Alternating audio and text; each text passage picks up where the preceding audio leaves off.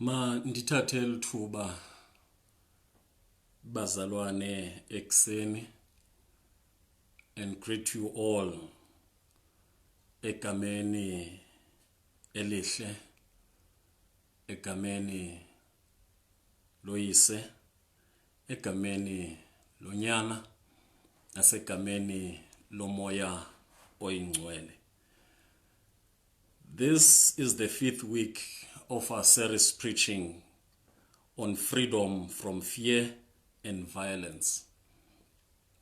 It is good to be back, bazalwane, after a little break endike ndayithatha, and our presiding bishop has made a call about gender-based violence. And Nam, as the superintendent of Circuit 1019 in the Highveld and Eswatini Synod, wish to join and stand with those who are voicing out and with those who say enough is enough. Come, let us pray.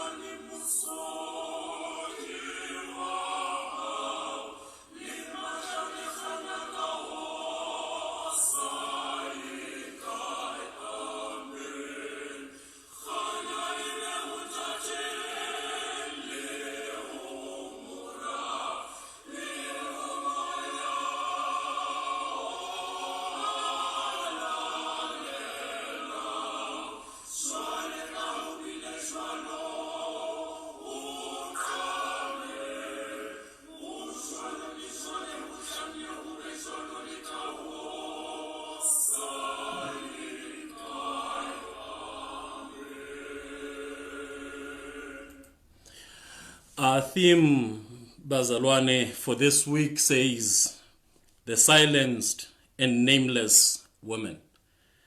Allow me, bazalwane, to use a text, esinikiweyo, Judges 19, verse 9 to verse 30.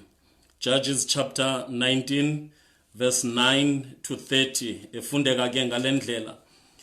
Then when the man with his concubine and his servant got up to leave, his father-in-law, the girl's father, said, "Now look, it's almost evening.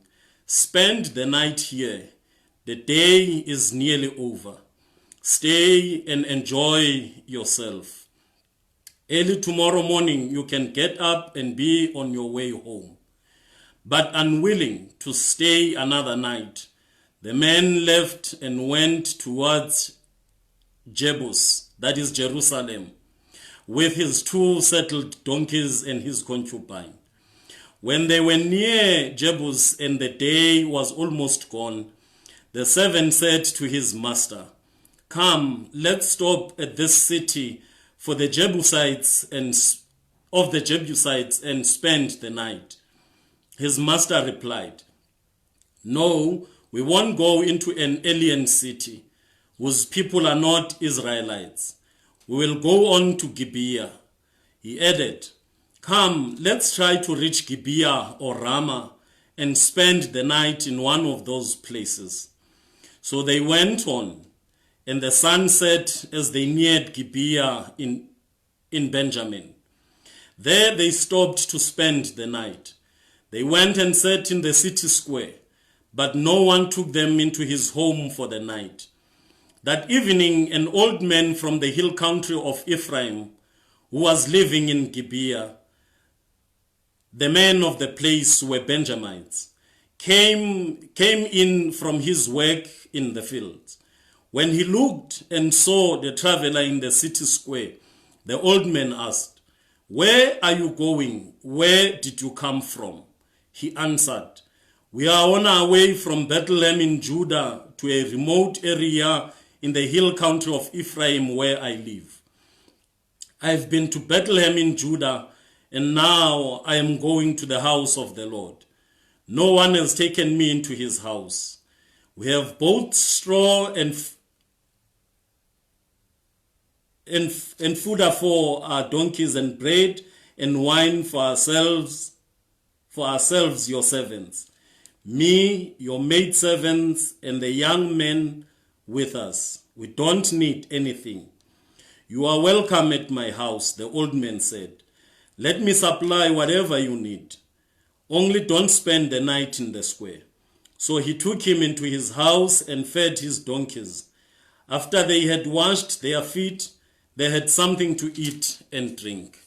While they were enjoying themselves, some of the wicked men of the city surrounded the house, pounding on the door. They shouted to the old man who owned the house, "Bring out the man who came to your house so we can have sex with him." The owner of the house went outside and said to them, "No, my friends, don't be so vile. Since this man is my guest, don't do this disgraceful thing. Look, here is my virgin daughter and his concubine. I will bring them out to you now, and you can use them and do to them whatever you wish.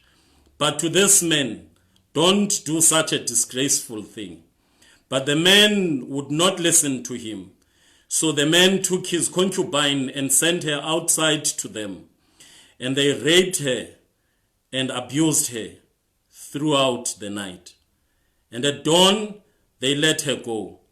At daybreak, the woman went back to the house where her master was staying, fell down at the door, and lay there until daylight. When her master got up in the morning and opened the door of the house and stepped out to continue on his way, there lay his concubine, fallen in the doorway of the house, with her hands on the threshold. He said to her, "Get up, let's go." But there was no answer. Then the man put her on his donkey and set out for home. When he reached home, he took a knife and cut up his concubine, limb by limb, into 12 parts, and sent them into all the areas of Israel. Everyone who saw it said, "Such a thing has never been seen or done, not since the day the Israelites came out of Egypt." Think about it, consider it, tell us what to do. This is the word of the Lord. This is a complicated story that has a sad ending. This is a story that portrays the wickedness of the men of Gibeah. Gibeah was a city in a tribe of Benjamin.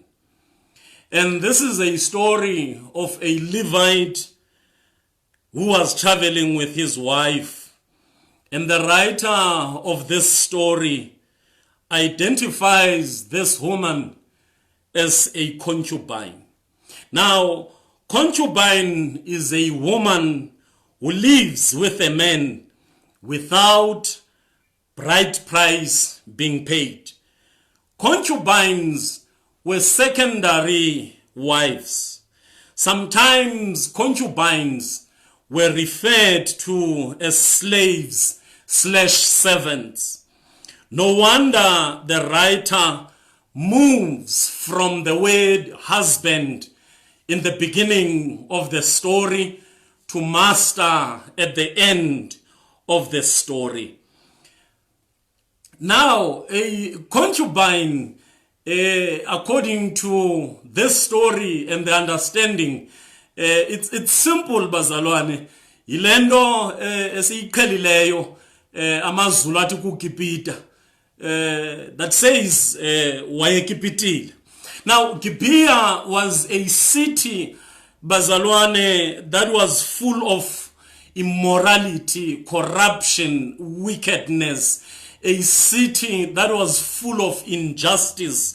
A city that was full of unfairness. Gibeah was not far from Sodom.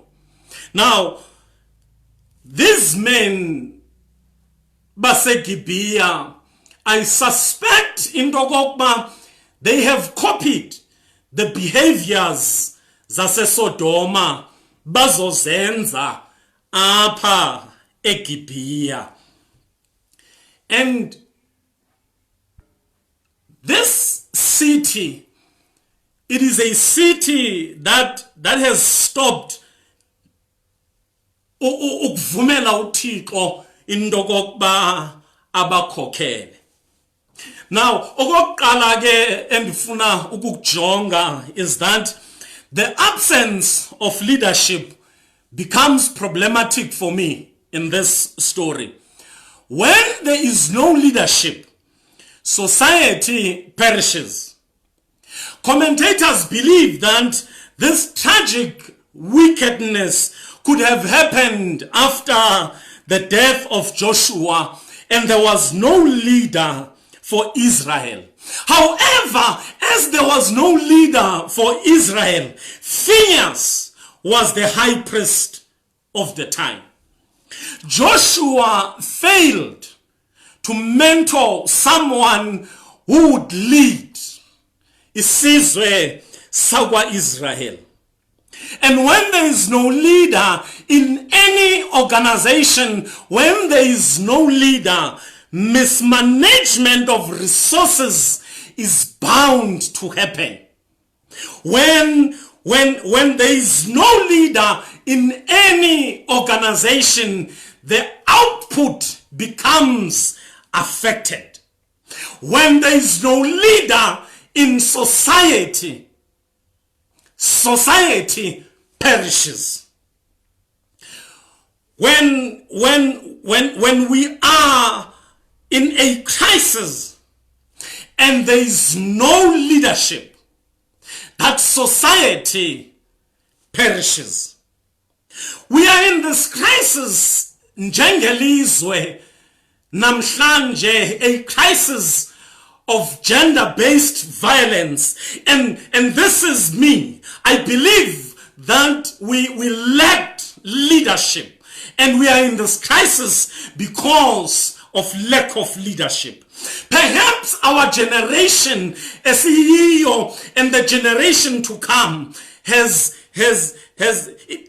become a output of the leadership of lack of leadership. Perhaps there was no leadership in our homes, emakhayeni ethu. Perhaps abanye abazange bakhe bakufumane ufumana a leadership from a father figure in the house or in the community. Hence I'm saying there is a lack of leadership, a lack of fathers who can give a proper leadership ebantwaneni abangabafana, and in our society we lack leadership. Lack of leadership could not keep peace and freedom from the sons of Belial, who acted contrary to the laws of hospitality in Gibeah. There was no one to rule and keep order.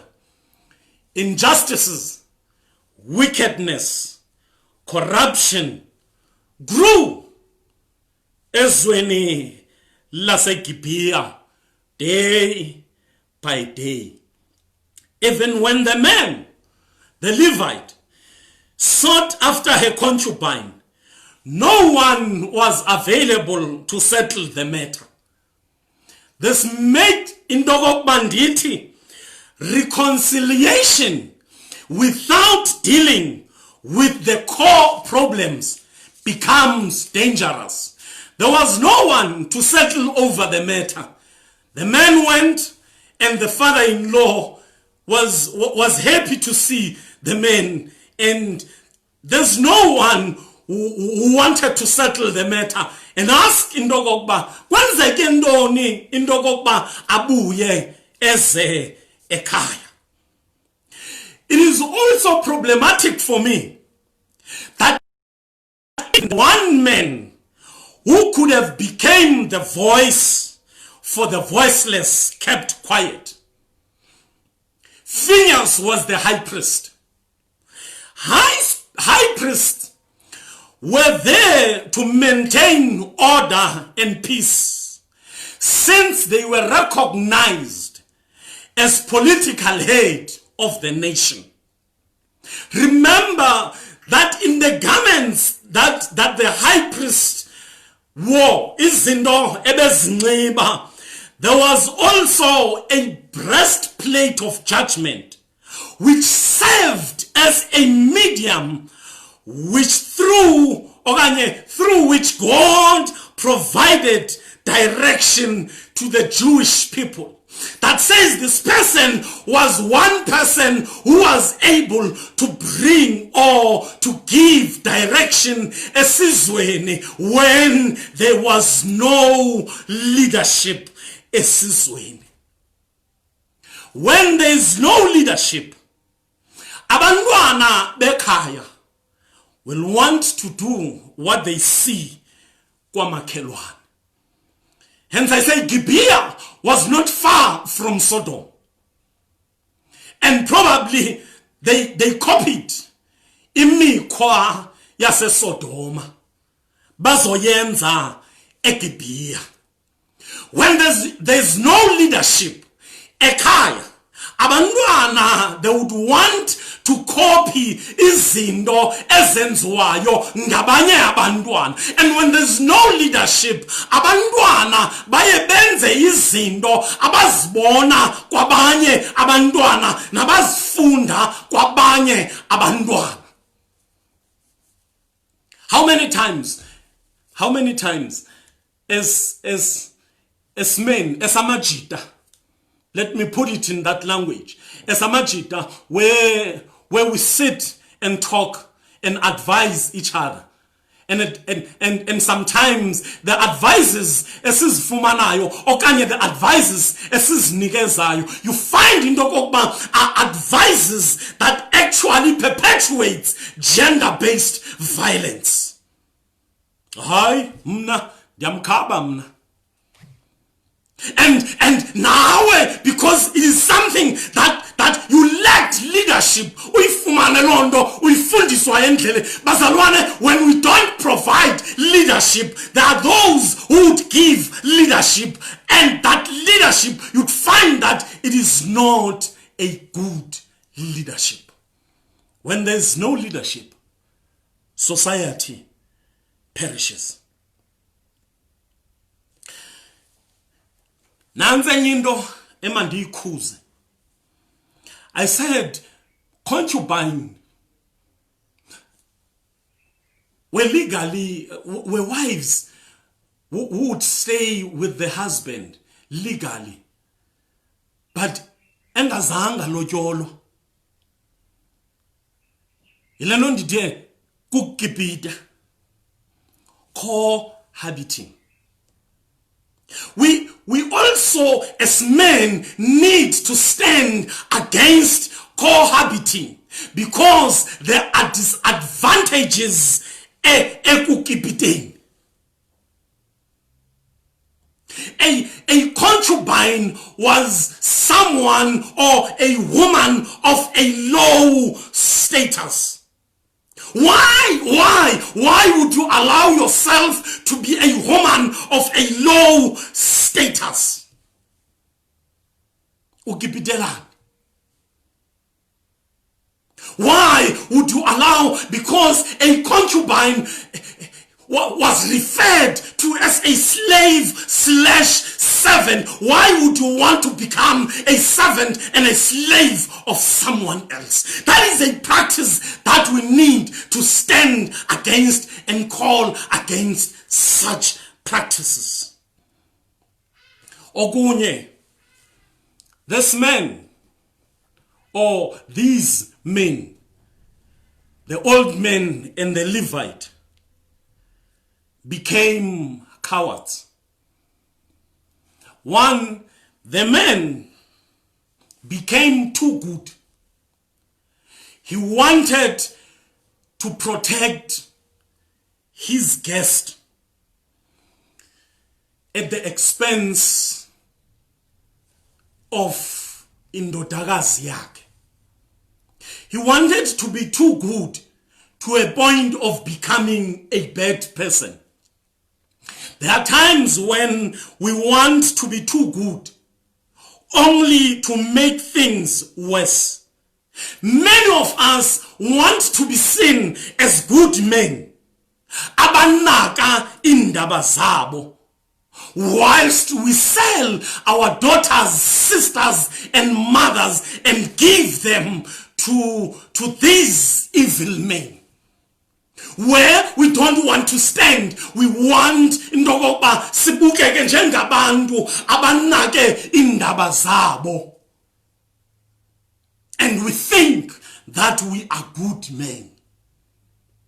It is high time that as men we stand and speak and reprimand the sons of Belial.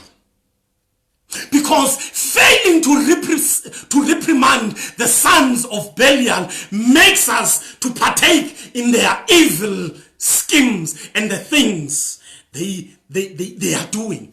Kosisi bethu, abantwana bethu, nakubazali bethu. These men became cowards. Instead of going out and facing these evil men, the old man offered indombi yakhe. When they rejected that, the Levite took umashlalisane wakhe. Because kakade, in cohabiting, there's no commitment.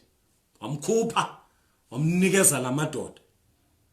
And whilst the concubine is subjected to gang rape, bahleli bona phakathi endlini. And for that matter, these men of Gibeah, bebengazanga on this concubine nor the daughter of this old man. Bebefuna le ndoda that protects itself.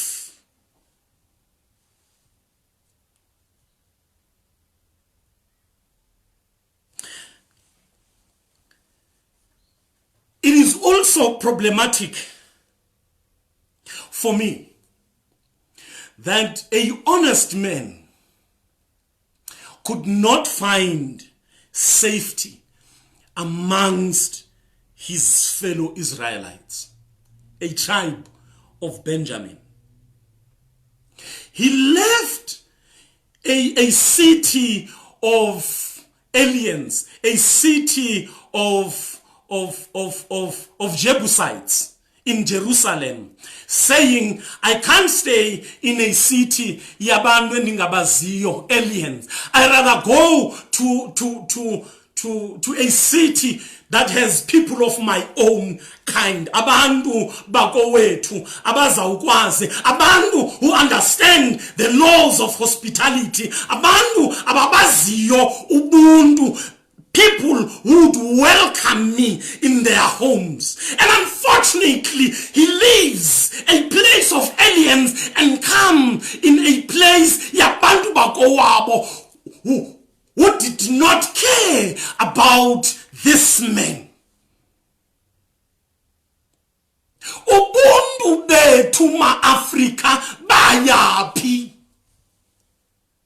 We have become sons of Belials. The the sons that are ungovernable. Corruption, injustice, and unfairness grew day by day. Wickedness grew day by day. Ezweni lakowethu. This man could not find safety. Ebantwini bakowabo.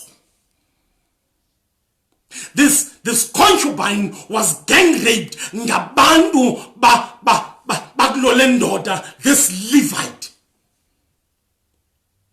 There are times where gender-based violence is perpetuated by our own family members, our own people, abantu esibaziyo, abantu esibathembayo. And this is what happened kwelibali. The silenced and nameless woman. It is high time that as men we provide leadership. It is high time that as men we stand and protect our sisters, our daughters, our mothers from the sons of Belial. It is high time that we stand as men and give these nameless women names. Ngoba kaloku engeka ngesintu engekeze ekhaya akabinalo igama. Ngekamloboli akabinalo igama. It is high time that we stand against the practice of cohabiting. Ekseni njeke khamende ngcwele, I pray into kokuba uThixo andinikeza amandla, and nawe if you are a man akunikeza amandla to protect and fight for the women who are around you. Nam ndiyathandaza into kokuba uThixo kananjalo andincede into kokuba ndikwazi ukhusela abo besifazana abasecaleni kwam and give them a name. Wangake uThixo anganibusisa ekseni ngale mini yanamhlanje, anenze ngokulunga nangokuthi nangokuthile. Kananjalo aniphendulele imithandazo yenu egameni loyise, egameni lonyana, nasegameni lomoya oyingcwele kuze kube kunaphakade. Amen.